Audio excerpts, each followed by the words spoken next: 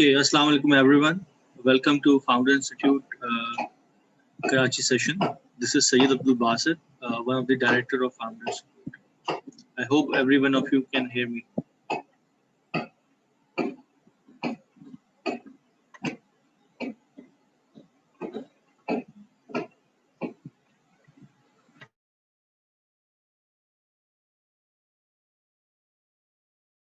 So we're just waiting for the guest. We'll start in a few minutes.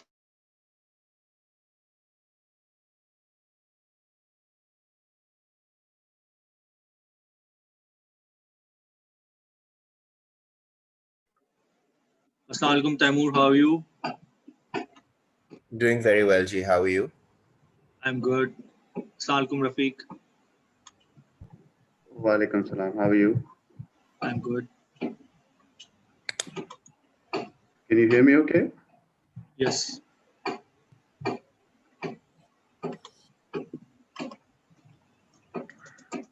Rafiq. Assalamu alaikum, Taimour. This is Omar. Hi, Omar. How are you doing? Very good, very good. Thank you for being so comfortable. Omar, आपकी आवाज थोड़ी सी slow आ रही है. Okay, my face is practically inside my screen right now, so. I was just saying it's a lot easier to be punctual on a Zoom meeting, to be honest. Indeed, indeed.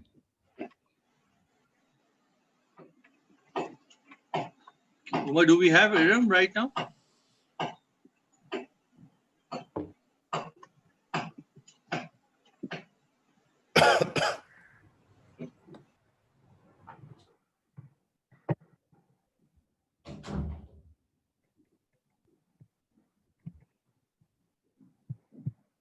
Okay.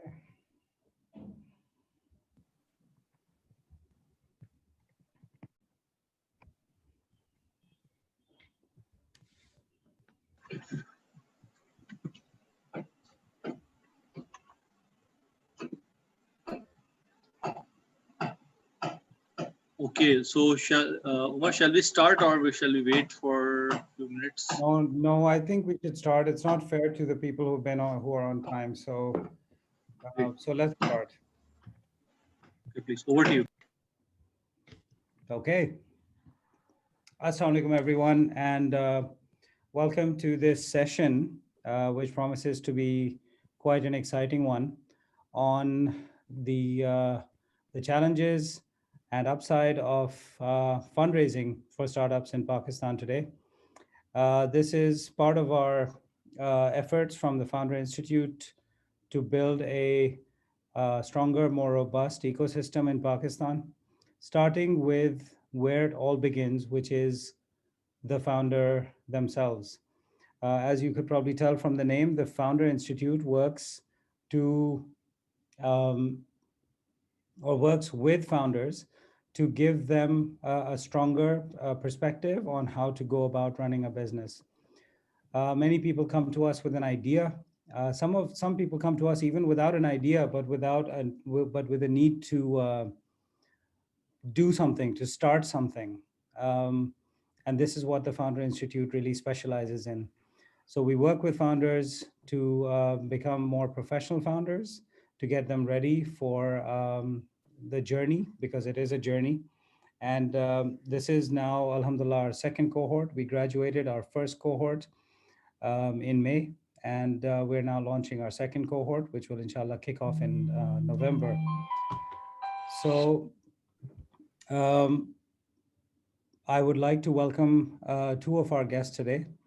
Rafiq Malik, welcome to the program, as it were. Rafiq is the Chief Operating Officer of Bykea, which has been, I think, regularly in the news, but more so recently because of their remarkable raise that they've done, which I believe is a record for Pakistan in terms of the value raised. So welcome, Rafiq. We're really looking forward to learning more about the journey and the challenges. Thank you for having me. No, it's a pleasure. Our second guest today brings a slightly different perspective. His name is Taimour Noorani. I believe he also answers to Timmy, but we shall leave that for the moment. Taimour works with Ithaca Capital, and so we're very fortunate to have multiple perspectives coming from an institution like Ithaca as well. So Taimour, welcome to the show. So Thank you. I think between the two of you, if I were to leave it to you guys, Taimour would insist that Rafiq went first, and Rafiq would probably say that Taimour went first. So I think we will just go with Rafiq first, Taimour. What do you reckon? That's fine. Okay, and so sorry. Just before we kick off, Rafiq, we've just had our third guest join as well. His name is Asad Khan, also a headliner at this point, a former colleague and a dear friend from our days at Kareem. Asad used to be the GM of Kareem South, and he just recently made the news for the largest pre-Series A round raised in Pakistan. So, Asad, thank you for joining us today, and welcome to the show. Assalamualaikum guys, assalamualaikum everyone. Walaikum assalam, Asad. How are you? Congratulations. TikTok. Thanks a lot. Thanks a lot. I once heard in a movie where people were congratulating someone, they said, "Congratulations on the enormity of your success." I think that works in multiple contexts. So with that, without further ado, Rafiq, over to you. Sure. So I guess we can just touch upon a little bit about what our journey was in sort of in trying to raise money for Bykea. I think when we started about 4 years ago, the ecosystem wasn't as mature as it is today, and you really had to sort of sell the idea. It was a much harder sell, I believe. Because people weren't really comfortable with just giving money away, for an idea which may or may not work, and the better chance of it not working actually. However, I think one of the things that we were lucky. Ithaca was actually around then when we raised our series, when we raised our seed funding. In fact, they were the seed investors in Bykea. We were lucky that we found them. They believed in us. But I think that there is a certain approach that goes into that, and I just want to sort of talk a little bit about that. Is that a lot of people essentially come from the idea stage and think that just having a good idea would sort of do the trick. But I think you need a lot more experience to sort of go with that. A lot of young people are trying to look to raise money as well. But if you do look at a lot of the people on this panel here right now, I would say most of us are in our mid to late 30s. And I think that demonstrates that you do need some experience under your belt before you actually go out and try and ask investors for money. And the other thing is that when you do, right, I think one of the other things that people generally don't give a lot of importance to is creating a business plan, an in-depth business plan, which will require not just you doing a lot of research with other comparables in the region or in the same vertical.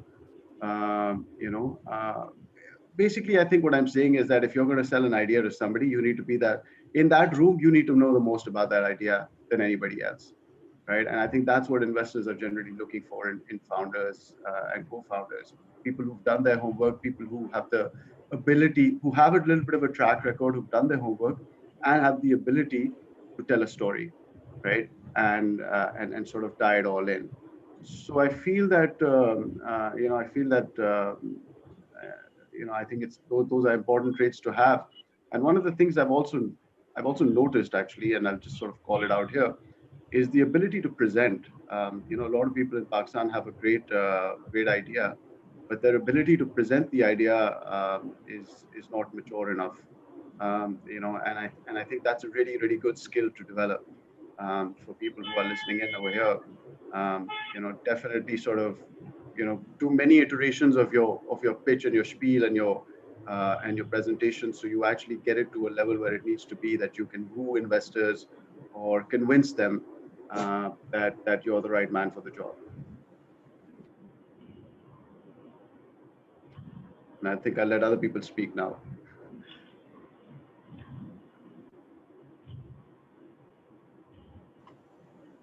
All right. Wow. Before I hand over to the next person, though, can you talk about anything specific pertaining to the recent round? Any tips that might be helpful for someone who's looking to attract a NASPERS or the equivalent? Yeah, so one of the things that I will say is that you know, people who are looking to get into this industry or are looking to raise money, they need to figure out what sort of a problem they're solving, okay, and what the impact of that problem is going to be, and sorry, of that solution is going to be, right? You know, what's the addressable market? Does your idea, is it scalable? Does it have legs? Are people going to adopt it easily? All of these things you need to consider, right? And then you have to obviously demonstrate that you can do it, right? It's doable. You know, a lot of these things that in the tech world that we try and do are actually being done in the offline market, right? You know, so it's just a different way of interacting with the marketplace or with the customers, right? And you know, I think keeping a really close eye on your costs.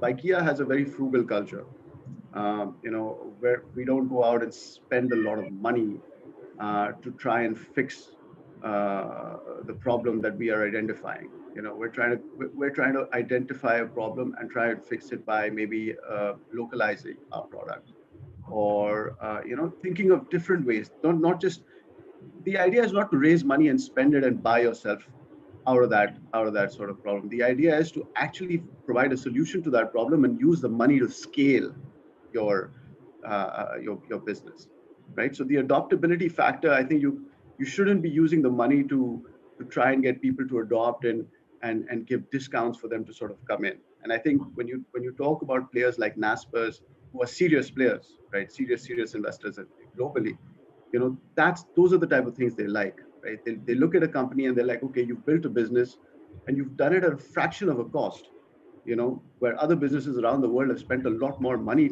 trying to build the same business that you have. So obviously you've hit on something that's local, that's unique, right? And I think you've got to find that as a business, you have to find that for yourself and figure that out. And once you do, I mean, just run as fast as you can to make sure it happens.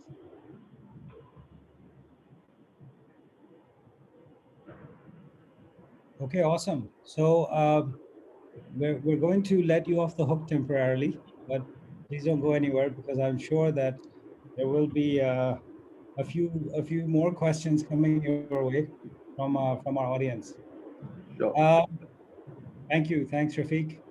Taimour, would you like to go next? Sure, absolutely. So, you know, I just want to start off by saying, like, high level, the formula to getting it right in a academic sort of framework is pretty simple. And I think Rafiq has already touched upon some of the most important things. When you are looking to create a business, understand the value that you are creating for your customers, for your partners, for your for your employees. Really understanding value creation as a first step before you figure out how much of that value can you appropriate for your own shareholders. is really critically important. And as part of that, it is really important that you build a relationship with the problems that you're solving, and really care about those problems. Because, to be really honest, ideas are a dime a dozen. And at this point, I'm just going to interrupt myself and give a bit of a background on myself. Um, I started working in 2013 when I worked for a private equity firm started by the Daoud Group, which famously, owns Engro and Hub Power Company, etc.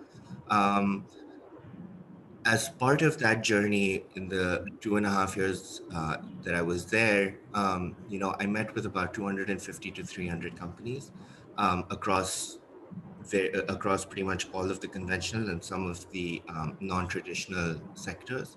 I then worked for another private equity firm that was jointly sponsored by Bank Alfala and USAID. I briefly, for a year, worked with the Cinepax Group as head of strategy and planning, and then I joined Ithaca Capital in 2018. And so I have worked with multiple players in a very nascent private equity industry that is, motivated by the idea that private investments in Pakistan are an exciting space that hasn't been cracked yet.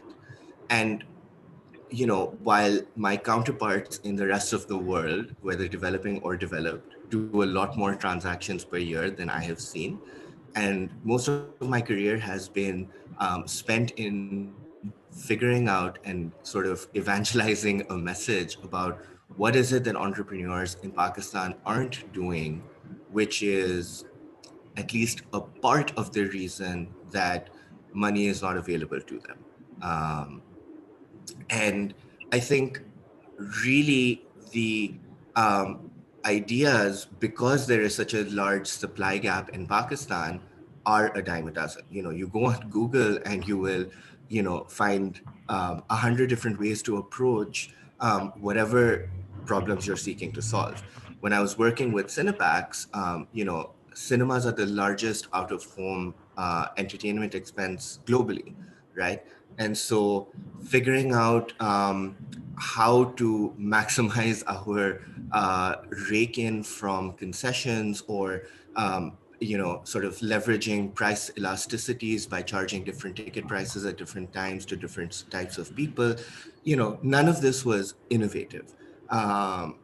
But falling in love with the problem and developing the execution capacity to address them despite the severe and manifold hurdles that you will face operating in Pakistan is really the challenge. And so if you can find something that you care about enough to spend the next 10 years, the next 20 years solving for, that's step one. The next thing is, and from an investor's perspective, I think this is one of the most important things from an evaluation perspective that I look at, is the team's genesis and its depth of experience. If you have people that have previously worked together, that's great. And if you can demonstrate, values like trust and integrity, that's really incredibly important. Now, the next thing that I want to talk about is understanding what you're replacing. And again, Rafiq has spoken about this already. If you're looking at an online business, whatever problem you're seeking to solve is something that somehow is being addressed. People are still living their lives. And there is some form of offline alternative or some kind of, non-modern alternative that people are using. And particularly, I want to talk about my experience, my failed experience with starting up a chain of grocery stores, of premium grocery stores that sought to modernize the retail landscape in Pakistan.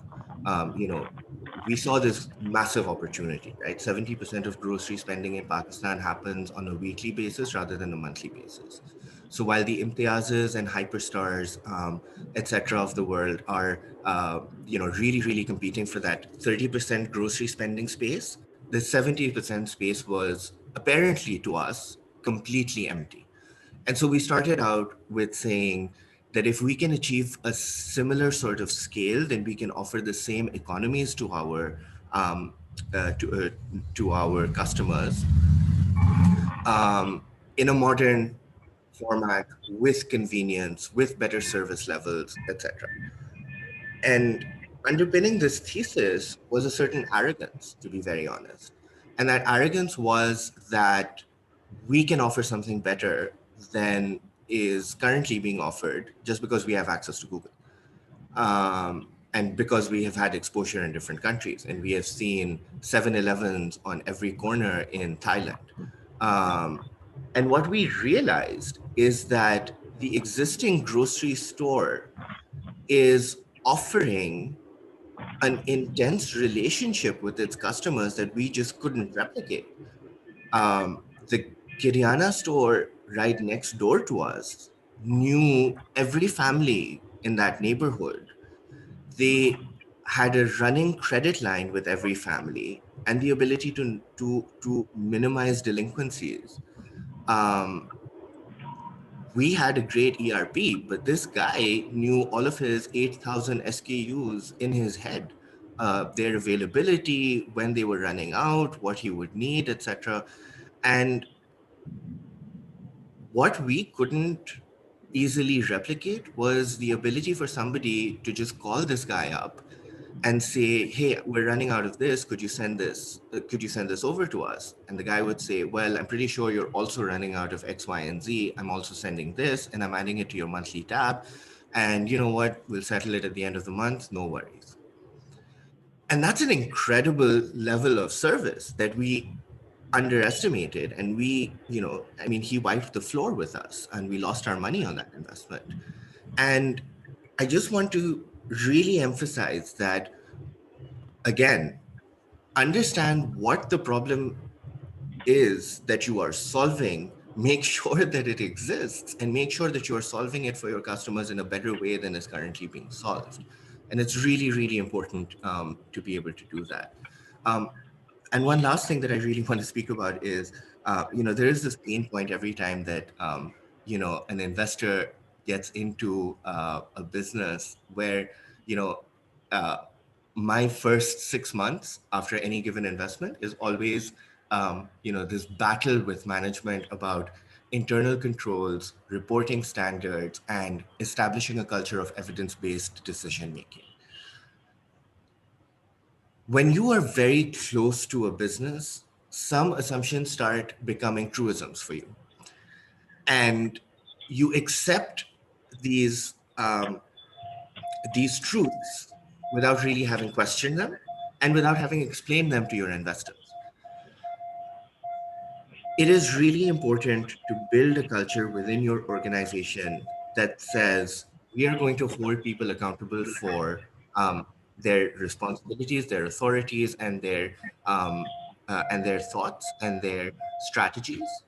And we are going to create a transparent environment where we can communicate those accountabilities to anybody who asks. And being able to go to an investor and saying, here's the problem that I want to solve. Here's the evidence that this exists. Here is the kind of competitor that exists and what service level they are currently offering. And here's the scope of what we can do, and back that all with real evidence. That's a business that I would be very excited to invest in, regardless of the sector. So yeah, that's all I have for now. And happy to take any questions. Awesome, Taimour. So I'm going to take this opportunity to put you right back on the spot for one more second and ask you about the reasons specifically that Ithaca got involved with Bykea. Because you've talked. I'm so sorry.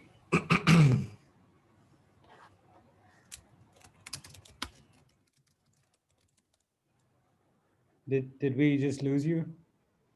Yeah. Sorry, I'm back. There you The last thing I heard was Ithaca got involved. with Bykea specifically. So Ah, you've laid out a really nice framework, and I kind of see where the pieces fit. But for the benefit of those people who are kind of new to the ecosystem or who are contemplating entry into the world of entrepreneurship, what are the three, yeah. four things that you could point to um, that wouldn't have Rafiq flinching because you revealed confidential information? But just generally, what was it about Bykea that brought you guys in? Yeah, so first of all, like, let me just lay out some context. Ithaca Capital has been an operator and an investor in Pakistan for about 22 years. The platform started out as an entrepreneur. So in 1998, our founding member started a company called Mustang Security, which is now one of the largest security guard companies in the country, and subsequently, started a few other companies. And so we were an entrepreneur before we were an investor. Um, and when we became an investor, we were primarily a special situations investor. What does that mean? It means that we were primarily interested in very distressed situations where we could buy exciting assets on the cheap.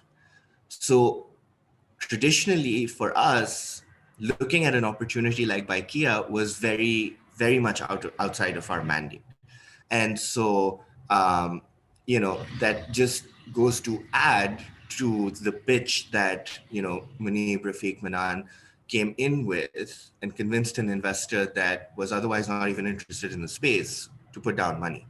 And really, unfortunately, this predates my joining Ithaca. And so a lot of this is just hearsay. But really what was exciting is, again, something that Rafiq already touched upon, is the experience of the team. They had a demonstrated track record of building non-traditional business in Pakistan and being able to execute on the ground, some very complex partnerships that go outside of the walls of your business. So that was, uh, the demonstrated operational capacity of the company was where it's at, where it was, very compelling for us. And the second thing was that they were able to demonstrate an opportunity and a problem in a very succinct kind of compelling way. The idea was there are 17 million motorcycles in this country, primarily owned by a class that is hustling to make ends meet. And we can put some extra change in their pocket by providing a service of transportation that is otherwise limited. And their ability to demonstrate the problem for their riders and for their customers in a very succinct kind of way, and be able to display a team that can execute, is what compelled us to invest and take this bet. And by the way, for the longest time, in our minds, there was a 99% chance that we would just have to write off the money. And the growth story of that probability, has been really exciting for us. I'll add one thing if I can, please, over here. Just and from the get-go, I think we were very conscious about the unit economics of our business. We weren't in the business to raise money just for the sake of raising money and make it look sexy. We were in the business to raise money and make the business profitable eventually. And from day one, if we did the math on the business, it was like, if you buy a motorcycle, which is 50,000 rupees brand new, right? And you collect 120 rupees or 125 rupees on a booking, on a ride, okay? And you do, let's say, 10 rides a day, that's 1,200 bucks, right? Let's say you take some money out for your fuel and all that, it's 1,000 rupees a day still that you can net. And you work 25 days, you take home 25,000 bucks. In 2 months, you paid for your asset, right?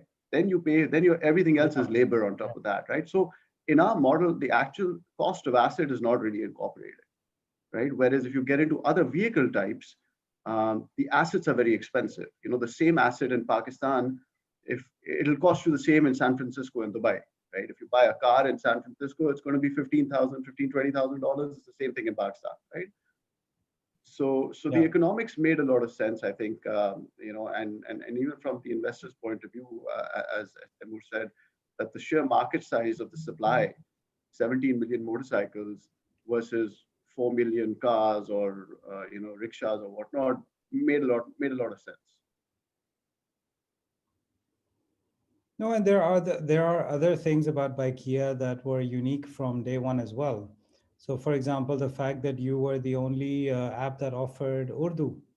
The localization, from the get-go. Absolutely, the localization factor made a big difference, right? And one of the things that I'm sure you guys have heard Manip talk about this a lot. He keeps saying that we're a nation that can't search and type in our own language, right? And even in English, it's pretty tough for people to sort of choose destinations or type in the right destinations. So localizing a menu where people can just read and click was a aha moment at Bykea. We're like, this is what it takes for people to sort of understand how to type, how to identify that they want to go to Landi and not Liari, you know, by making a spelling mistake in Google. So yeah, some of that localization absolutely is what it takes, and those are the granularities that you figure out once you're in the game, that sets you apart from the other players. Yes. So on the note of other players, I'm going to ask Asad to jump in here as one of the other players in the ecosystem. Kareem and Bykea were head-to-head for the longest time.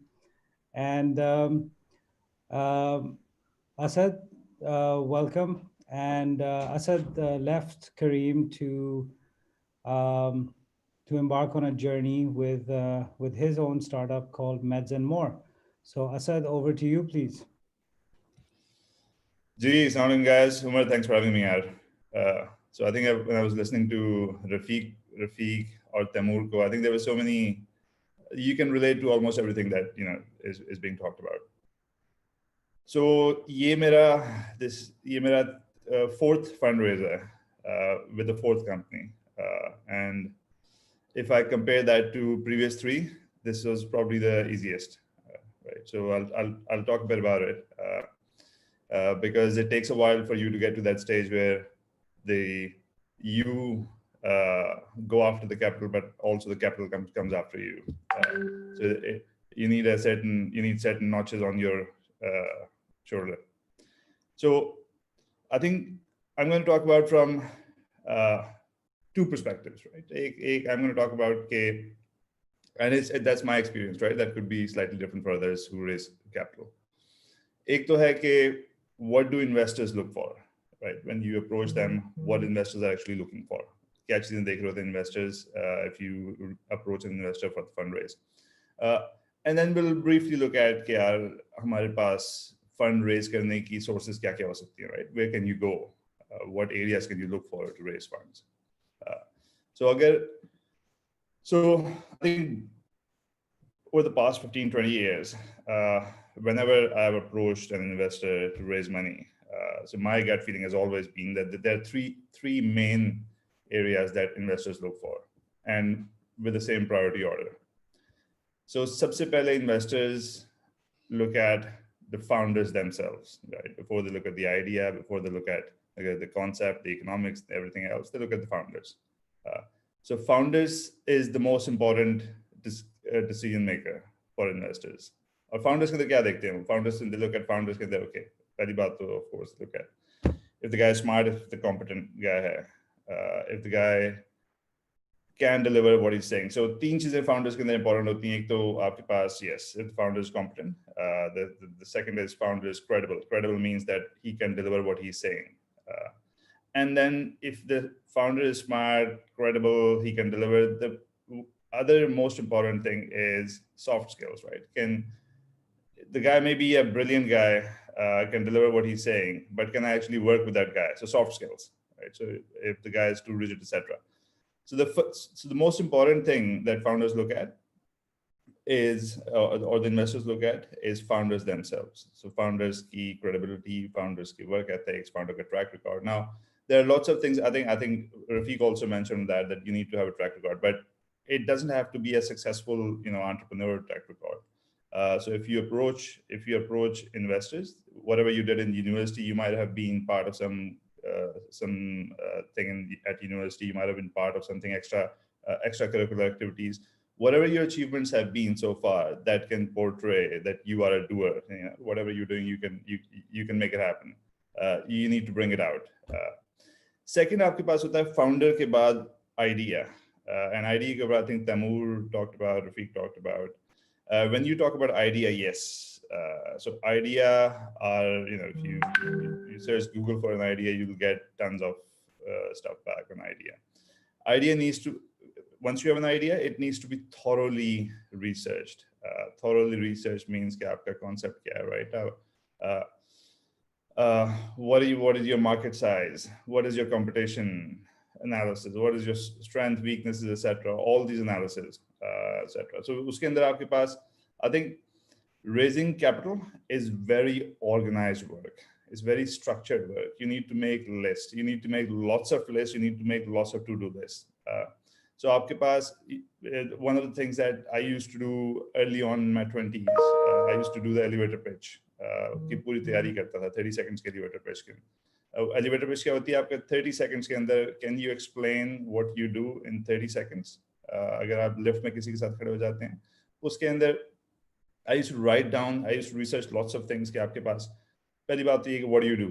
Idea क्या है आपका, right? वो one liner क्या हो सकता है? उसके बाद what problem are you solving is the second thing. उसके बाद आपके पास why are you different from everybody else out there? For example, Pakistan के अंदर so with the Bykea success and Kareem's success and other success, I think we are seeing a mushrooming of startups doing delivery, last mile delivery, last mile grocery, right? What is different about you than everybody else? फिर उसके बाद जिनसे आप मिलने जा रहे हैं elevator pitch के अंदर, or whoever you pitching, you must research your audience.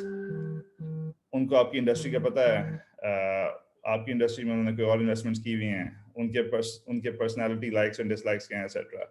So seasoned investors and new investors, and so all these things you need to know about your investors. So आपके पास एक elevator pitch तो at all times ready होनी चाहिए. You never know who you come up across, कहीं मिल जाए बाहर आपको 30 seconds के elevator pitch. So idea के बाद आता है last, I think, उसकी economics, जिसके ऊपर Taimour talked about, Rafiq talked about. So when I started at Kareem 3.5 years ago, so Kareem के अंदर, Kareem was burning almost $4 million a month in Pakistan, right? So महीने के $4 million जेब से जा रहे थे, and investors' mood was कि यार just go and spend and increase market share, and monetization बाद में देख लेंगे. That mentality is now, have turned the corner. So your idea needs to be sustained. उसमें sustainability होनी चाहिए, उसका पूरा roadmap होना चाहिए. Okay, fine, you will spend money over the next 2 years, over the next 3 years, but you will eventually make money. So you need a roadmap.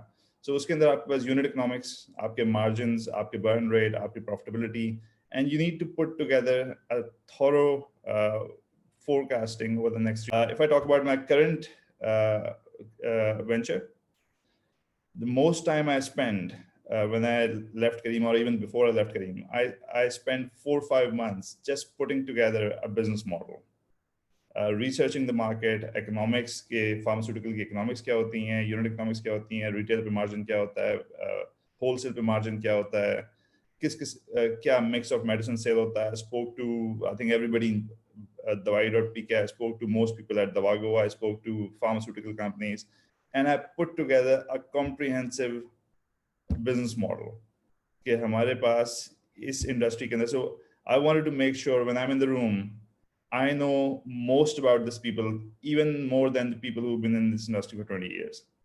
So no question can go unanswered if I pitch it to somebody idea.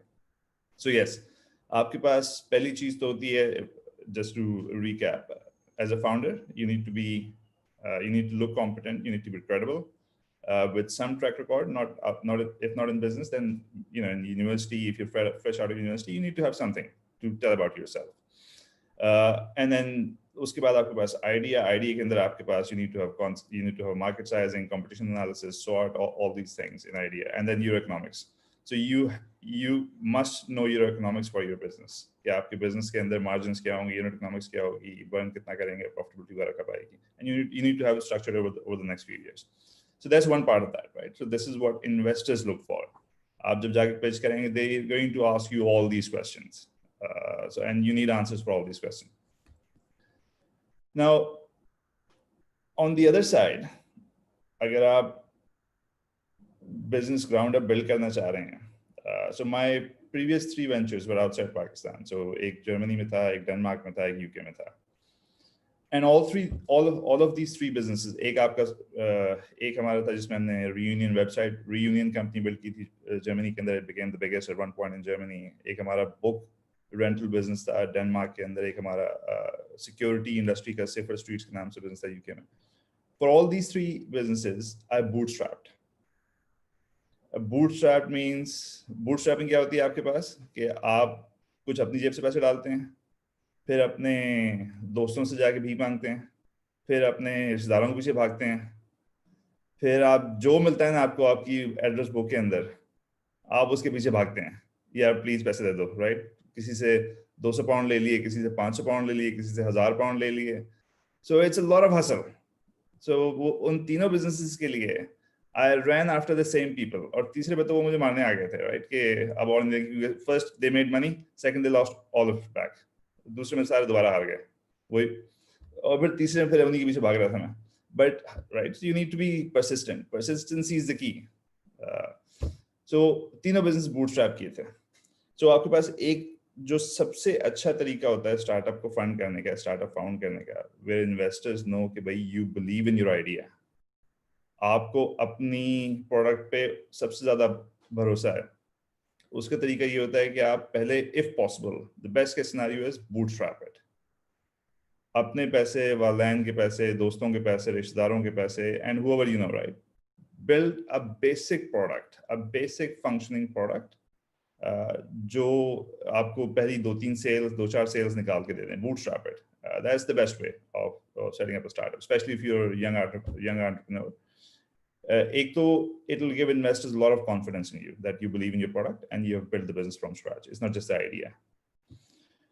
So bootstrapping is one, right? For me, that's the best way of, if possible, that is the best way of setting up a business. Before you approach any investor, any angel, VC, etc., that's the best way.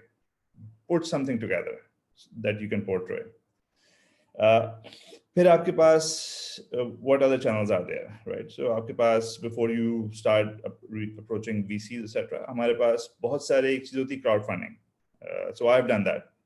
UK के अंदर एक platform का मैंने उसमें limit रखी हुई थी crowdfunding की कि मुझे उस वक्त 1.5 लाख पाउंड रेज करा था. So I only managed to raise 95,000 pounds. वो मुझे मिले नहीं. जब तक आप वो लिमिट रीच नहीं करते, I learned कि यार I should have put down 20,000 pounds ताकि मुझे पैसे तो मिल जाते. Because if you don't reach your target, you don't get the money. So सारे पैसे वापस चले गए उनको. But it is possible, right? So आप crowdfunding platforms हैं बहुत सारे. If you know you have a good idea, लोगों को attract करेगा, go on to crowdfunding websites. आपके Kickstart है, पाकिस्तान में भी खुल गए हैं शायद 4-5 crowdfunding websites. So try to get crowd to fund your idea. That's also one source. फिर आपके पास क्या होता है, यहाँ पे एक चीज होती है angel investing. Angel investing क्या होती है कि they are not institutions, they are very rich individuals, जिनके पास पैसे बहुत सारे होते हैं और उन्हें पता नहीं होता इन पैसों को करेंगे, right? So angel investment, they won't give you a lot of money, but they'll give you money to start your business. They're risk averse, and hard to approach, but it's an option, right? Angel investing, you can approach people with a high net worth to invest with you. फिर आपके पास कहते हैं VC, venture capital, right? So Pakistan पिछले 4-5 साल के अंदर has seen a phenomenal growth in venture. I think it's a really, really good to see Pakistan के अंदर this whole ecosystem developing. So सरमायाकार हो गया, Lexan VC हो गया, Gobi Ventures, Meena का, so all these places. and they're actually actively looking for good deals. Taimour is in this space. I think he's actively looking for that. He's actively looking for deals. और VCs का पाकिस्तान की जो खासतौर पे VCs हैं उनकी problem ये they're not finding any good deals in Pakistan. वो पैसा deploy करने के लिए maybe they're not maybe people don't know how to approach those VCs maybe don't know if they're approachable उनके पास जाना कैसे है. It's very very simple. I think as this industry I think we need to do a better job of telling people कि यार हमारे पास आना कैसे है और क्या लेकर आना है. So I think इन सब की websites हैं. I'm sure तैमूर की भी website होगी, Lexins की, Sarmayakar ki. Go onto their website, look at the investments they have made so far, look at the amount of money they have deployed, look at the kind of people they work with, and then approach them. So VCs, I think they're good fair game right now. फिर आपके पास होते हैं पाकिस्तान में भी. So you've got incubators, accelerators, right? जहाँ पे आप अपने आप को host करा सकते हैं. Nest IO type जगह, जहाँ पे आप 4-5 महीने के लिए 6 महीने के लिए they give you space. आप उन incubators में accelerator में जाके host कर दें 5 महीने के लिए, and that gives you a lot of learning. They also give you access to people who have money. They also give you tools and tricks of the trade. They help you build your product, etc. So if possible, that's a great way to start your company, to get incubated in one of these places. That's Nest IO, etc. फिर हमारे पास, so I think people are listening. वो जो मैं शुरू में बात कर रहा था, raising fund is a very organized task, right? It's very structured. It's very organized. You need to make a list, and you need to make lots of to-do lists. ये सारी लिस्टें बनानी बैठ के आपने कि possibility क्या है. फिर आपके पास होते हैं competitions. So I also applied. I was part of a few competitions outside. So we won one competition to raise money. ये competitions बहुत सारे होते हैं. Universities कर रही होती हैं, governments कर रही होती हैं, companies कर रही होती हैं. They're giving out shouts out in the market. यार हमने आपने if you have an idea, if you have a good product, participate in that competition. If your idea is good enough, you'll raise money on that. So ये जो सारी चीजें बात की, if I summarize that, so आपके पास एक तो होता है the best bootstrap, right? Bootstrap your business, build something up. फिर आपके पास crowdfunding होती है. Make a list all the crowdfunding platforms. Make a list of the kind of ideas that people normally fund. फिर उसके बाद आपके पास होते हैं angel investments. Make a list of high net worth people. देखो कहाँ जाते हैं, कौन से रूट से गुजरते हैं, कौन सी बिल्डिंग में जाते हैं, right? Where can you bump into them? फिर आप उसके बाद आप देखेंगे कि आपके पास वेंचर कैपिटल कौन से पाकिस्तान में, which venture capitals, उन वेंचर कैपिटल्स ने इससे पहले कहाँ इन्वेस्टमेंट की हुई हैं, उनका टिल्ट किस तरफ है, किस किस्म के इन्वेस्टर्स में इन्वेस्ट करते हैं वो. Go onto their website, look at the founders, the GPs, the LPs, the investors in that. फिर उसके बाद आपके पास आते हैं incubators, accelerator. Make a list of those. सबकी लिस्ट बनाएं, कहाँ किस शहर में बैठे हैं, क्या उनके साइकिल्स हैं, कब होस्ट करते हैं आपको वो. फिर आपके पास you need to be constantly searching for आपके पास competition कहाँ पे हो रहे हैं, कौन prizes दे रहा है, and then approach that in a very structured, methodical way. So it's not a haphazard, it's not a chaotic work, it's a very organized work. It requires certain degree of discipline, and it requires certain degree of persistence. Right, before somebody else stops me, I'm going to stop now. Yeah, I don't think anyone was actually going to stop you, because it was a very interesting journey, and thank you for encouraging people to start stalking investors. I'm sure that'll go down really well in the investor community. Find out Taimour किस रास्ते से office जाता है, किस रास्ते कब building में दाखिल होता है. Figure out when can you bump into him and do your 30-second elevator pitch. I used to do that, London में. Yeah, I'm sure that was very intimidating. You're going to need a security protocol now, yaar. Good thing my company owns a security company, right? There you go. You made the right investment. That's our first. But no, I just want to jump in at this point. I just want to jump in at one point and say, okay, I couldn't agree, more. Somebody that can display the ability to hustle for investments is like a great starting point, right? Because at least that tells the investor that you're willing to hustle for the rest of your business as well. And just to add some context, while in the entrepreneur community there may be a pressure to be able to raise funds, for us in the investor community, a running theme is something called deal pressure. If we have funds available to us, we have a clock on our IRRs, right? Which means from the point that the money was made available to us, the longer it takes us to deploy, the less time value we have on that money. And so it is, and because it is so hard to find investable platforms in Pakistan, a lot of investors succumb to this notion of deal pressure, wherein, some of us end up doing very bad transactions just so that we can display to our investors that we are deploying money. And so this disconnect of entrepreneurs not being able to raise money and investors not being able to deploy money, I think, that gap needs to be filled by more entrepreneurs following up with us to explain why their business is exciting. Awesome. We are under another kind of pressure right now because the questions for the panelists are beginning to mount up. However, we have with us today our fourth panelist, Mr. Faraz Bandukta, who has been a No. Sorry. Is Faraz not here? Faraz was here. No, Faraz was here. He just got a call, so he had to log off for a few minutes.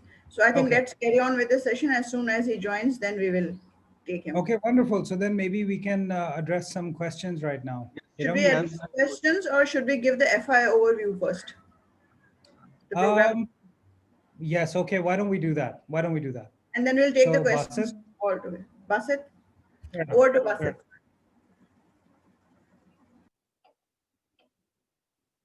Okay, I hope you guys can see my screen. Not yet. It's just about to come. Yeah, it's there. Okay. So, Assalamu alaikum everyone. This is Sayyid Abdul Basit, one of the director of Founder Institute Karachi chapter. So let me give you a quick go through what is Founder Institute is all about. As Asad has mentioned about the funding and the ecosystem, that how it would work in Pakistan. So Founder Institute started in 2009. It is world largest pre-seed accelerator with presence in more than 190 plus cities, having 15,000 mentors worldwide, with 4,000 startups, or you can say founders who graduated from Founder Institute program. And the overall valuation of these startups, it's more than $20 billion. So Founder Institute believe that entrepreneurs can create real impact on society, and that's why they are pre-seed. They're looking for startups or founders who are at the pre-seed stage and want to work with them and develop their idea and then help them to launch their business. And mainly these startups are the technology startups. That all startups that Founder Institute helped till date, it's a technology-based companies. So if we seeing the last 10 months since COVID happened, so if we go back 11 years ago, same situation happened. Like in April 2009, there was a great recession, but also we have seen after that great recession that was happened in 2007, 2008, it was like Founder Institute started and on that time. And we have seen like since then, the big companies which are disrupting these days, they have established 11 years ago. If you can see the list here, Airbnb, Zoom, WeWork, these are all companies. Udemy, interesting thing is that Udemy is one of the startups which graduated from Founder Institute. So these all are startups are started like 10, 11 years ago. And these startups are like now they are like almost a unicorn company. So it takes time, as Rafiq and other mentor was mentioned, that funding is important, but also it's important for an entrepreneur to persevere, to dedicate, to give his 100%, and also validating the business model, and also launch it and then later on scale it. So, if in the post-COVID situation, Founder Institute can help anyone who would like to start the business, especially those who are attending this session right now. So, if I can help you in a few different aspects, like since COVID happened, so all our programs is going online, and we have also discounted fee, the program fee, which I'll discuss this later on. So here I would like to mention that how Founder Institute, where Founder Institute stand. Like they are different eco players in the ecosystem, uh, like Y Combinator, Techstars, AngelList. So Founder Institute, as I mentioned earlier, it's a pre-seed startup accelerator where we work with founders and team to get a business to either to get traction or to get funding. So we have two paths. First for the launch track, and second is for the growth track. Launch track, I mean those startups who only have an idea and then they want to develop that idea in the 14 weeks or 4 months program, and then in which they need to go through with these three things, KPIs. First is the validation, second is the team, they need to develop a team, and third is they go building a go-to-market strategy. This is quite different from those who are already started their business but now struggling or facing challenges to grow their business. So for those entrepreneurs, we have a growth track where we work with them to get the market traction as well as to raise funds. So during these stages, we will evaluate their progress, and there is a detailed program which I'll show you in later slides. So, if, as I mentioned earlier, for Founder Institute is a 14 weeks program comprised of like 4 months. Uh, Either it's for launch track or growth track. And once you graduate from Founder Institute, then it's not like other incubator or accelerator that it's up to you that how you get the most of it. We will help you throughout your entrepreneurship journey, because after Founder Institute we have a founder lab. So founder lab is, I will answer the question later on.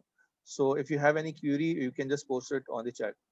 So regarding founder lab is a 3 to 6 months virtual advisory program, and that is helping the entrepreneur or startup in 3 different areas.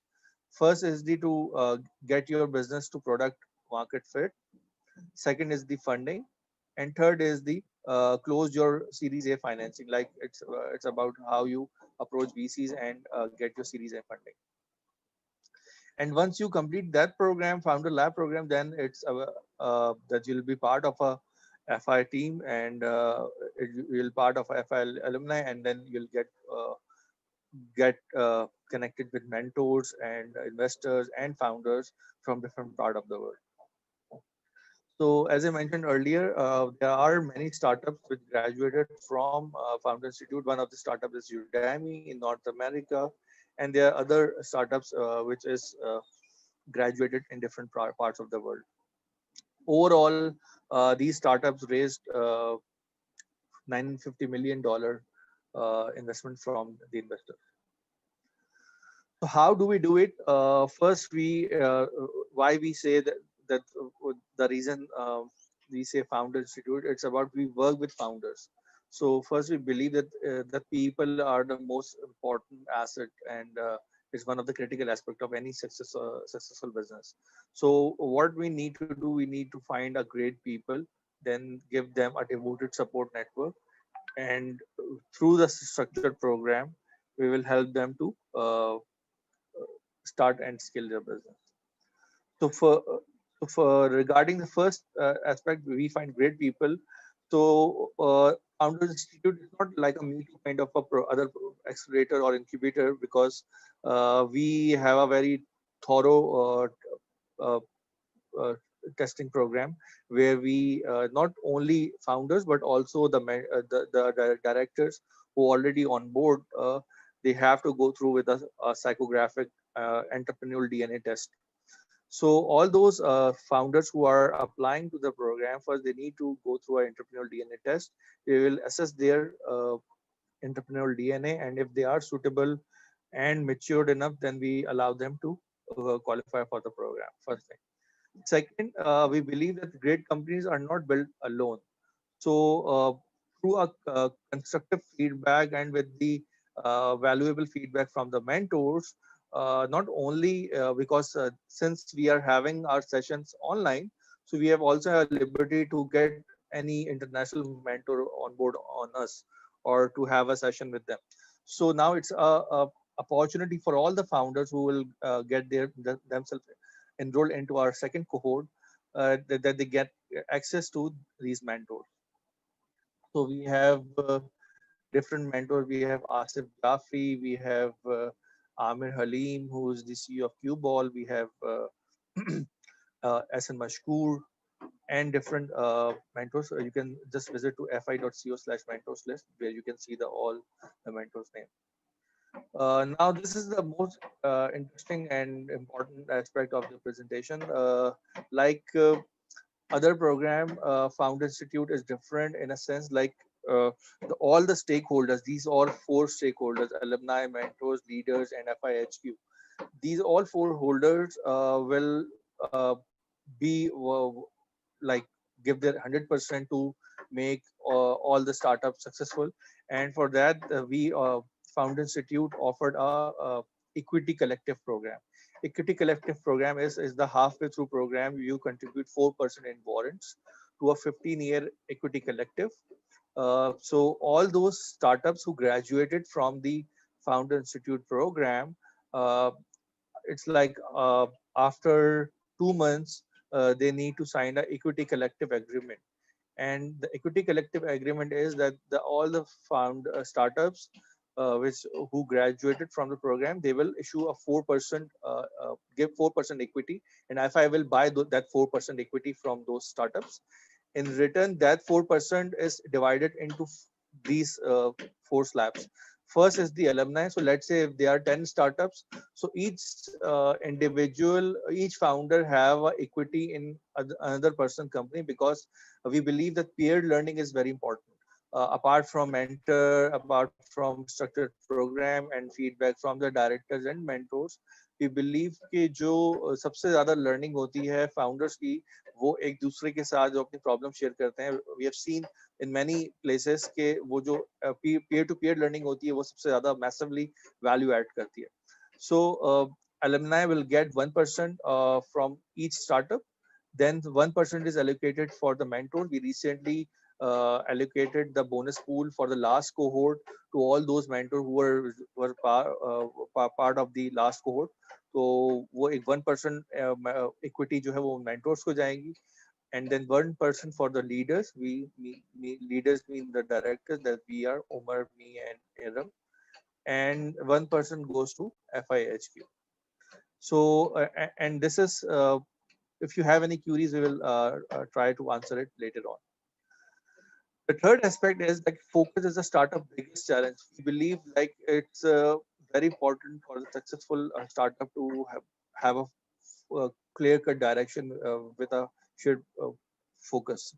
So for that, we develop a highly structured program where you'll get feedback from all the mentors and directors, as well as you need to go through with 14-week sprint where you need to complete deliverables, weekly deliverables. So as I mentioned earlier regarding a launch track and growth track, we have two different KPIs. The content is same. I mean, the program calendar is same, but the KPI and the milestones are different. So in the first week, we'll having a orientation, then we'll having a vision session. The third week it's customer development, revenue, till the last week, which is showcase and celebration. So throughout this week, every founder is supposed to pitch their idea, work on their business idea, and develop a business model later on, convert that business model into a tangible product if possible, and also try to get the complete the legal process of his company. So all those companies who were participated in the last cohort, there was like 9 companies which graduated in the last cohort, which was completed in May 2020. All those companies are registered with SECP, Security Exchange Commission of Pakistan. So this is the launch track. The growth track is different because the KPI and is different for the growth track because they need to raise funds and get traction from the customer. So additional perks from FI, it's as I mentioned, there is a weekly program going on, Ask Me Anything with Silicon Valley HQ team, including Edu Resi, who is the CEO of Founder Institute. And also one can discuss the queries. It's not only for any particular geography, it's applicable for all the Founder Institute chapter running worldwide. So this is it regarding Founder Institute. The fee. So the fee for this upcoming cohort is if you attended any of our event like this one, and if you want to get yourself enrolled, so the program fee is $249. So that was an early bird offer, and we extended that offer for anyone who want to get enrolled into this program. So there's a 24 fee of $249 to get yourself registered in this program. So in summary, the Founder Institute provides a devoted support network and a structured growth process to help you get to traction and funding. So thank you very much. If you have any questions, you can visit our website. And if you have any questions, you can ask me right now. Thank you.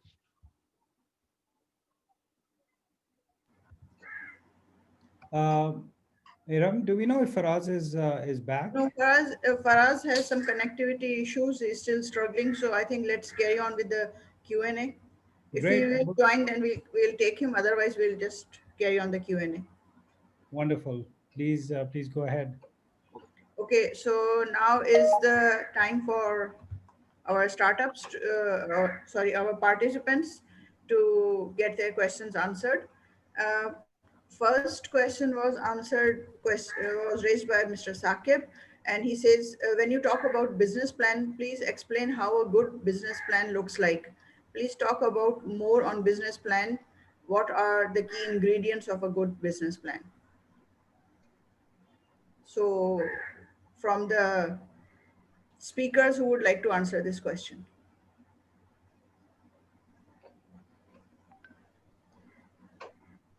Yeah, I'm happy to take this. Sure. So I think there's a formal structure, I think, and you can, I think somebody had posted a link to this as well. But just very quickly, one, being able to give an estimate of what your market size is or what the opportunity size is, and address the historical and potential future growth. The second component is to outline the competitive landscape. What kind of market are you getting into? Who are the existing players? What are their unique propositions? And how is yours? How does your business stack up against that? Number 3 is to identify the regulatory landscape.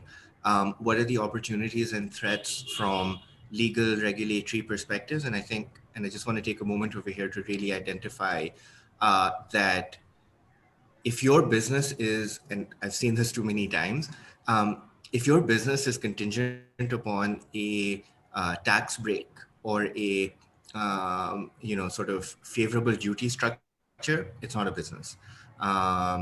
And I can tell you that because as part of the Daud Group, I was an investor in a company called Inbox Technologies, which dominated laptop sales in Pakistan up until 2005.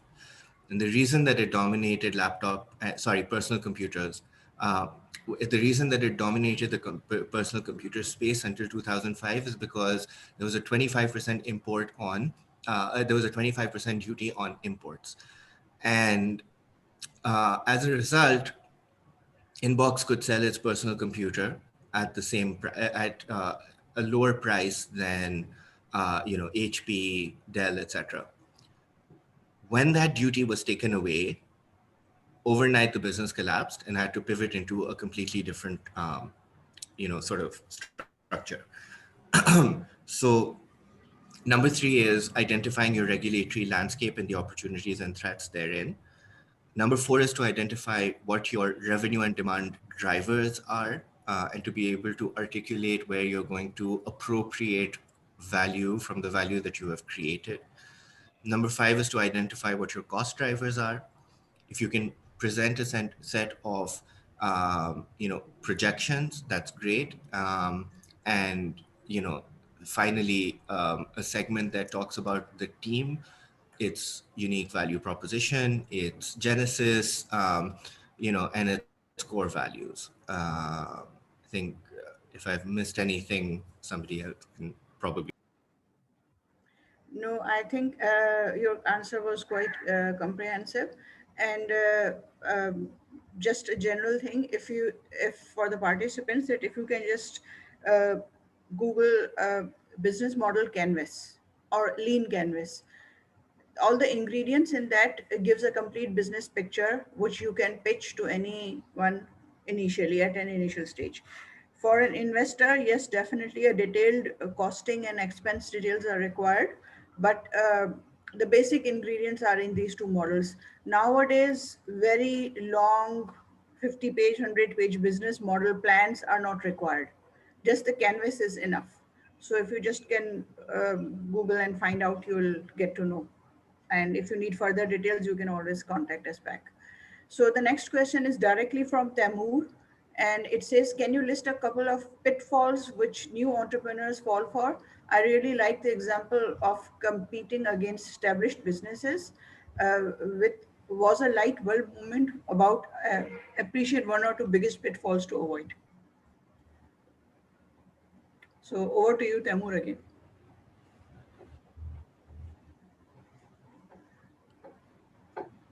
Hi, sorry, my internet lagged a little bit. I didn't hear the question. Okay, it says, can you list a couple of pitfalls which new entrepreneurs fall for? I really liked the example of competing against established businesses. Was a light bulb moment about appreciate one or two biggest pitfalls to avoid. Got it. Okay, so number 1 is that when you're haggling with an investor, there is a propensity to oversell. What do I mean by this? Your business plan is often the fundamental building block towards your valuation negotiations. And there's an inherent conflict over there. You want to show that you don't have that much of a burn and that you're going to get very, very profitable very, very quickly so that you can extract the maximum value from your investor.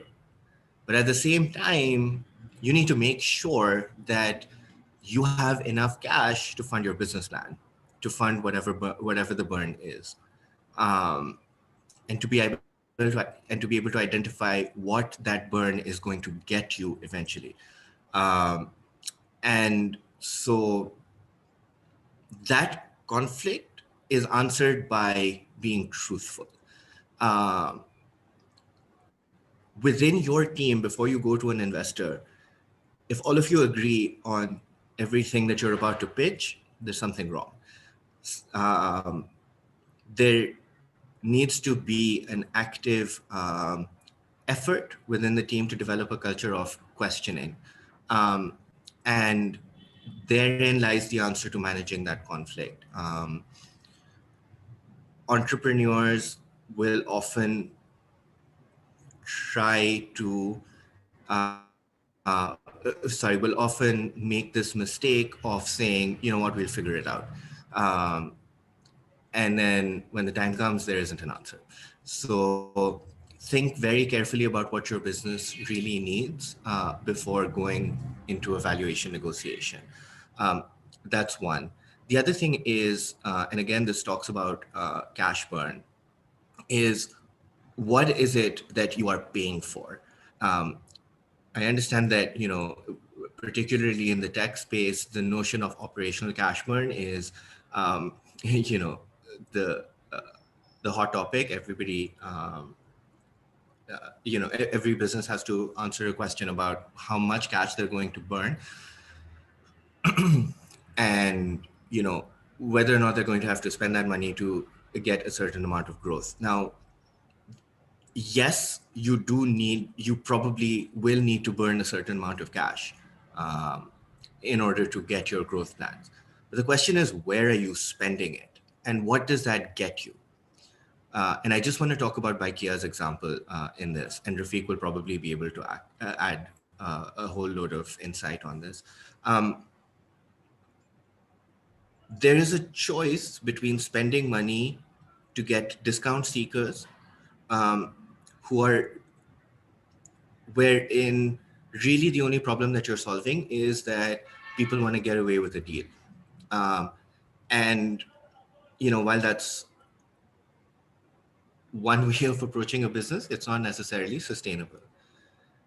If, however, your cash burn is to create, and in Bykea's case, this was really the solution. If your cash burn is to facilitate eventually creating a network that has a barrier to entry, then that's valuable.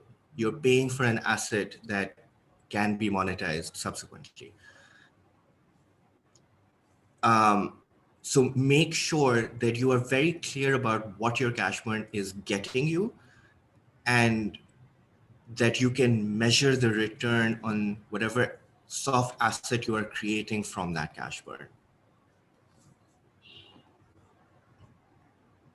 Okay.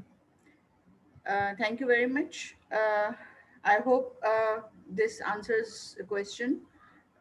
If any further clarification is needed, please you can type in the chat.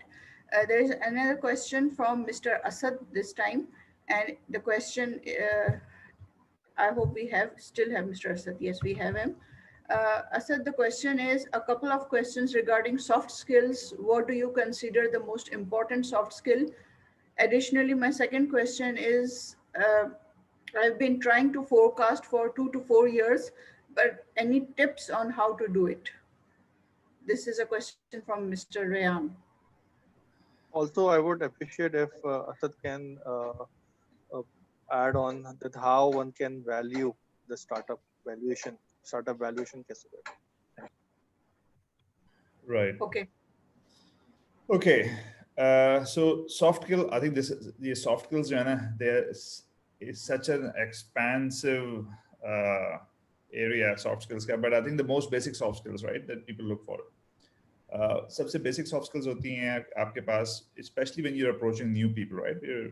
Either you're approaching an investor, you're sitting in a meeting, etc. Is your ability to learn and be flexible, right? So even let's say at Kareem was quite a big company when I left Kareem, but we were still learning, right? We were still learning lots of new things. So we couldn't say that we know how the retailing works, we know how the economics works, we know how the unit economics are for this industry. We were still learning a lot, even after 5-6 years of operations. So I think the most important soft skill is your ability कि आप learn कर सकते हैं और flexible रह सकते हैं. You can change approaches. So let's say अगर आप किसी को, let's say if you're having discussion and say, no, I know how it works, मुझे पता है काम कैसे होता है, right? So that closes all the doors. So for example, one of the things in startups is never start a conversation with no. कोई conversation no से start नहीं करें. This cannot be done, right? So be always flexible, be always exploring, be always learning. That's the most important soft skill, that if you're speaking to investors needs to be reassured that this guy is building a company, or this group of people are building a company, they can learn and they can pivot, they can change as they go forward. So I think that's the most important soft skill that needs to come out. इसके अलावा of course बाकी तो I think काफी आपकी your interpersonal skills, the way you speak to people, can you get along, can you spend 2 hours with that person in the room and discuss things, you know, how much energy this person has, how much energy this person brings to the room. तो आपकी बाकी 2-3 soft skills as a good person to be within the room. बाकी I think बाकी are quite straightforward. I think valuation is जो second सवाल वो valuation के ऊपर, I think valuation के ऊपर वो जो Taimour I think mentioned a few things कि business plan कैसा होना चाहिए, right? Business plan के अंदर I think one of the most important things in your business plan is yes आपकी कितनी बड़ी market आपकी आपकी competition क्या है इसके अंदर, but let's say 1 year down the line, 2 year down the line, 3 year down the line आपका cash flow क्या होगा, right? आपके पास पैसे कितने आ रहे होंगे कंपनी के अंदर, cash flow कैसा होगा, आपके profits कितने होंगे, revenue कैसे होंगे, etc. जब आप कंपनी शुरू में बिल्ड कर रहे होंगे उस वक्त तो आपके पास you don't have any, you just have a spreadsheet, right? अगर उस स्टेज पे आप बिजनेस पैसे रेज करने जाएंगे, valuation of that company is very difficult, but still I think VCs या investors look at your future forecasted cash flows और उसकी बेस पे आपकी कंपनी valuations कर देते हैं. Now the most basic tool जो यूज होता है valuation के लिए वो होता है कि आपका revenue कितना होगा, उस revenue का multiple मिल जाएगा, right? So I think startups के अंदर ballpark figure आजकल होती है, अगर आप let's say series वगैरह के लिए जाते हैं raise करने के लिए, वो होता है आपका रेवेन्यू का आपको मल्टीपल कितना मिलेगा, आपकी कंपनी की परफॉर्मेंस कैसी है, ग्रोथ कैसी है, उसकी बेस पे आपको कहते हैं हम आपके रेवेन्यू का, अगर आपका 1 लाख का रेवेन्यू है तो हम आपको into 5 कर देंगे आपकी कंपनी की वैल्यूएशन, 5 लाख की आपकी कंपनी की वैल्यूएशन है. For more mature companies the valuation आपकी फिर वो हटना शुरू हो जाती है आपके रेवेन्यू से, it comes to your profits, EBITDA के प्रॉफिटेबिलिटी कितनी है उसका मल्टीपल मिलना शुरू हो जाता है. तो I think depending on what stage you are आपकी वैल्यूएशन काफी डिफरेंट होती है. आप जब शुरू में आप पैसे रेज कर रहे होंगे आपकी valuation is going to be very different, your multiple is going to be much very different than if you are raising a seed round और a series A round etcetera. So काफी लंबा चौड़ा subject है, but I think depending on what stage you are at, उसकी valuation normally is early startups की based on your future cash flow निकलती है valuation आपका साल के एंड पे रेवेन्यू क्या फोरकास्टेड है, आपका 2 साल के एंड पे क्या फोरकास्टेड, आपके प्रॉफिट्स क्या होंगे साल के एंड पे, सेकंड ईयर के एंड पे क्या होंगे प्रॉफिट्स आपके, and a lot of things go into that calculation कि आपकी वैल्यूएशन क्या निकालनी है company. I think Taimur will be able to add some flesh to this skeleton. Okay, what do they do in terms of valuation?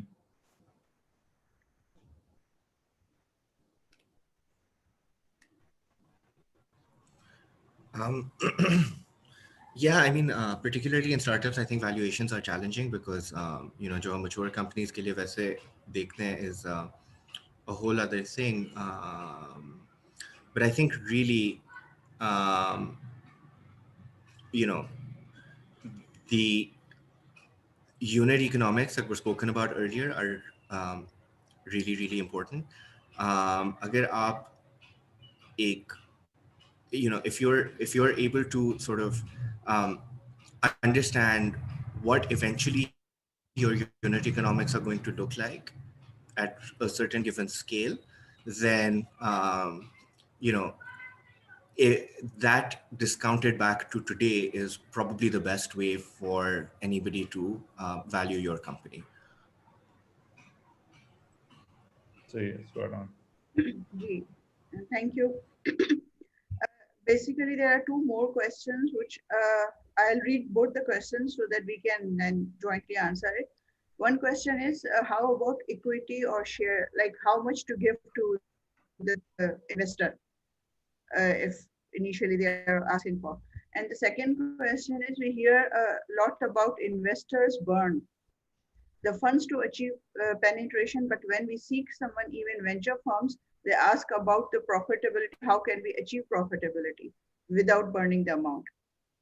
And then he says, as ride-hailing services require funds to burn. So I think Taimour or Rafiq can answer this question.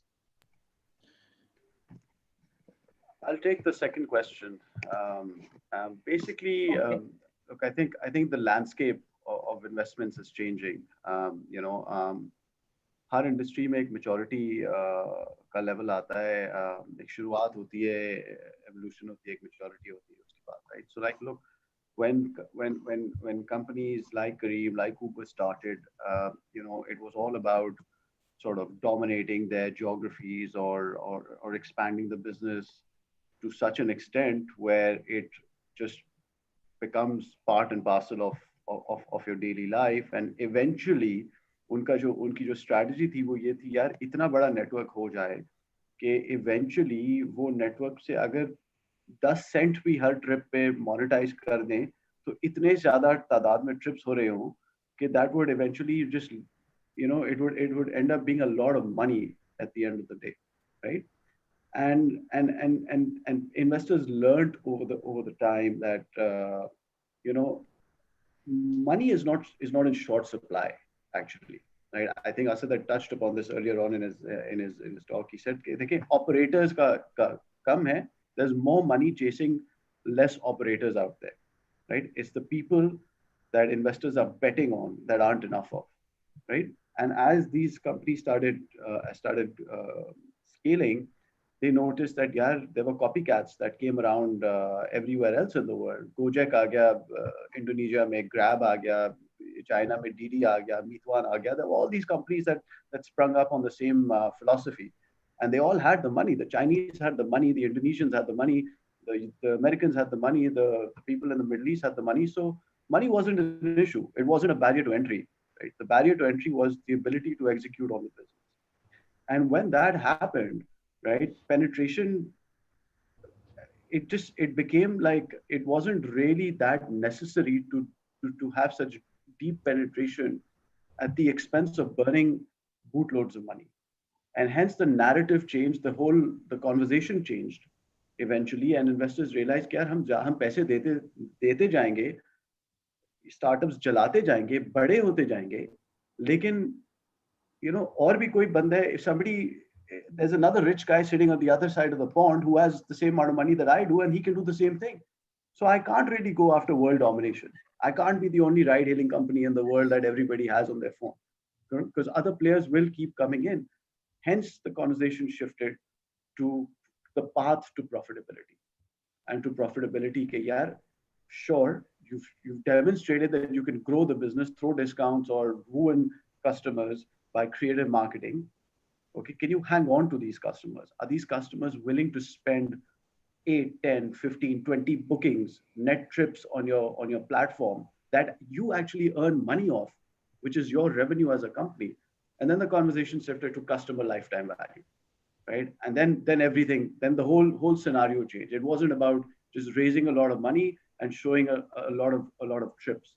It was about raising money to compete with bigger companies who had better technology, better penetration, but then eventually showcase that your business model can actually create not just value, but actually create dollars and cents for its investors. And I think that ये जो bubble रहा है fundraising का, okay, ये Aahista Aahista burst हो रहा है दुनिया में. We are a late adopter to this. I think Pakistan has raised about $100 billion in the last 2 years in this space, if my data is correct. But I feel that the conversations is not, that the new entrepreneurs are going to have to have with the investors, or the conversations rather that investors will look for from new entrepreneurs, is not just a growth strategy. It's got to be a growth and profitability strategy. Because sound business, at the end of the day, the fundamentals of business is how to make a profit, right? And if you can't do that, then no matter how good your story is or how cool you make it sound, it just doesn't make fundamental sense. So I think new people who are watching this and listening to this, definitely your business ideas should make fundamental sense at the end of the day. Otherwise, it's not a worthwhile business pursuing. So I don't know how many people watch stock market or stock market कितने देखते हैं. So आपका जो technology stocks हैं US में Nasdaq, right? So Nasdaq is hitting new highs. So records break कर रही है. Amazon हो गया, Tesla हो गया, all these companies के stocks जो हैं वो record high पे हैं इस वक्त. Exponential growth during COVID times. The only stock that hasn't grown on the stock market, which is a tech unicorn, वो है आपका Uber. So Uber was a superstar, right? So your last decade, let's say from 2010 to 2020, the whole hysteria in Silicon Valley was land grab at whatever cost, land grab. So scale as quickly as possible, grab as much land as possible at whatever the cost. और वो lead किया था, I think भी एक वहाँ पे बहुत बड़ा वो है fund, SoftBank, right? Like, $100 अरब का fund है. They led that hysteria. So if you were looking for $100 million, they'll give you $300 million to scale quickly. Just spend money and scale. So आपके पास काफी सारी companies that were part of that cycle, right? Uber was one of them. At a crazy valuation also. They'll give you crazy- $300 million at a crazy valuation also. So आपका Uber led the pack, followed very closely by WeWork, जो workspace की company थी. And the whole idea was कि यार scale as quickly as possible and we'll figure out profitability later on. हम figure out कर लेंगे profitable कैसे होना है, बाद में figure out करेंगे वो. So जब Uber listing के लिए जा रही थी, I think the expectations were that they were going to list at around $120 billion के ऊपर listing होगी. But the market had turned from this land grab at cost, at scale, at whatever cost. I think it's valued right now about 40-45 अरब की valuation है Uber की as of now. So that whole hysteria. But having said that, yes. Having said that, I think VCs are still smart. So they understand your business is going to burn money to start with, right? So आपके शुरू में साल 2 साल your business will lose money depending on what business you are in, what your unit economics are, but your business will lose money. It will take some time for you to be profitable. So पैसे तो खर्च होंगे, right? So don't shy away from that कि यार हम पहले अगर आप किसी VC को प्लान दिखाओगे कि हम दूसरे महीने से प्रॉफिट बना देंगे, he'll throw you out of the room, right? क्योंकि हो नहीं सकता, पैसे बन नहीं सकते दूसरे महीने. So have realistic assumptions. Have realistic assumptions in the form of कि भाई इतने पैसे चाहिए हमें, हमारे margins बेहतर होंगे, हमारा economies of scale आएगा business में 2 years down the line, 3 years down the line, and we will make money once we get to that economies of scale. हमारे margins बेहतर हो जाएंगे, scale बड़ा हो जाएगा. So पैसे burn तो होंगे, but have a realistic business plan in terms of कि यार this is how we're going to make money. I think जिस तरह रफीक बात कर रहा था कि आपके पास path to profitability should always be there, and that path to profitability needs to be a realistic path to profitability that investors will believe. कि जब आप उनको दिखाएंगे हाँ भाई हमारा जब scale बड़ा होगा तो हमारे margins जो हैं वो हमारी buying बेहतर हो जाएगी या margins बेहतर हो जाएंगे because scale बढ़ जाएगा हमारा. So it's believable story, right? Believable story behind that. So yes, I think the answer from my side, yes. It will still cost, you will still burn money, but it will not be growth at any cost. Kareem में जो I think one of the biggest learnings we had at Kareem, वो थोड़ी सी late I, but it was growth with better experience, not with bigger discounts. So it cannot be just bigger discounts that gives you the growth. It has to be much better experience that gets you the growth of the business. Yeah, and sorry, one other thing, right? I think you need to be able to identify कि इस business में जो भी आपका business है, जो भी आप pitch करें कि इस business में मेरे control में क्या levers होंगे, क्या controls होंगे, कौन से knobs होंगे जिनको मैं turn कर सकूंगा eventually, ताकि मैं better value drive कर सकूं या better bottom line drive कर सकूं. So I think it's very important for you to identify or be able to at least identify some of those levers. You know, commission rate, take rate, whatever, जो भी आपके business में relevant है, ताकि investors also see कि यार you've thought of this, आपने ये सोचा, you've thought this through कि यार ये सिर्फ अगले 6 महीने या 3 महीने या साल की बात नहीं हो रही. These guys have thought through कि यार अगले 3 साल में where are we going to be, right? And you're not going to get everything right from day one. You know, as you start the business. I'll give you a bit of insight from Kareem. So जब मैंने Kareem में start किया था ना, तो we used to have weekly calls with Mudassir. Mudassir से weekly call होती थी, उसमें हम डिसाइड करते थे यार कि बर्न कितना होगा और ग्रोथ कितनी आनी है, राइट? तो ये दो चीज़ें डिस्कस होती थी कि ओके वो कहता था हमें 50% ग्रोथ चाहिए, मैं कहता था ओके मुझे $3 मिलियन चाहिए अगर इतना ग्रो करना है, right? And almost without fail for the first 12 odd months burn used to be more. अगर उनसे हम कहते थे यार कि $2 मिलियन खर्च होगा, वो 3 हो जाते थे, लेकिन ग्रोथ आ जाती थी. And then the discussion never used to go forward from that. Growth aa gayi hai? Okay. So the mentality was grow at any cost. Grow at any cost. Baad mein rationalization aa gayi. I think that whole mindset has changed. So yeah, but even then, right? You guys knew the levers. You knew कि यार आपका commission शुरू में 10% था. You could make it 15% and reduce the burn, right? You that was identified, right? Yes. And that's what I'm trying to showcase. That look, you have to have some controls in your hand. एक control panel होता है ना, एक pilot का एक cockpit होता है, driver के steering होता है. He knows how to steer the car. और speed होती है यार, he can increase the speed or press the brake or change the gear. You need to know what your levers are, your gears are, what your turning mechanism is going to be. If you need to pivot, all of these things you need to think through at least. So when you talk to investors, they should know कि आपने ये सारी चीजें सोची हैं. And that tells them that you are approaching your approach is mature. Absolutely. So it was a very interesting talk, and I'm sure all the participants did benefit well with this discussion. And if any participant has any further questions, they can always write back to us and we will address their queries. And if they need any other session, please request us, we can arrange for that. And back to you, Umar, for the closing remarks. Wow, so this was without a doubt the most action-packed and the most information-intensive session that FI has organized. I'm going to be rewatching this, I think at least a couple of times, because there are several things that I will need to follow up, but I'm going to do them one-on-one with the panelists. Guys, please do feel free to send us questions on LinkedIn as well. We will be posting the video on LinkedIn and YouTube. So look forward to your thoughts. And for those of you who are still kind of wondering, 2FI or not 2FI, the answer is please FI. It will actually change the way that you view the world.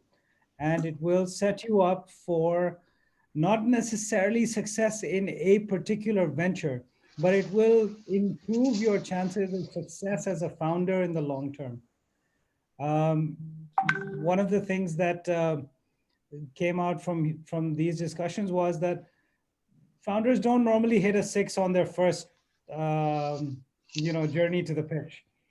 It takes a lot. I mean, you have to get out there. You have to, it's not really like a cricket match. It's more like a blood sport, gladiator style wrestling, where you go into the ring once, you get the crap beaten out of you, you go back again, you get the crap beaten out of you, and every time you learn from experience. You're not starting from the same place of zero every single time. So this is what really I think the biggest value addition of FI is. Plus, of course, you get access to incredible mentors, incredible storytelling, and incredible sharing of insights. And for that, gentlemen, I doff my hat. Thank you so much for taking the time to be with us today. And thank you to all our participants for the wonderful level of engagement. This has been absolutely outstanding. Thank you all. And one last thing. If all participants can turn their video on and we can have a picture as well. A quick picture, if everyone can. Yeah, that would be great. If you guys don't mind, if you are in a suitable state of dress, as they say. This is a real challenge in today's work from home environment. I'm sure would you please take the picture? Okay. Yes, sure. Just give me a minute. Yeah, So sure. let me promote all the participants as a panelist so they can share their screen, share their videos. Okay. Just wait. Yeah.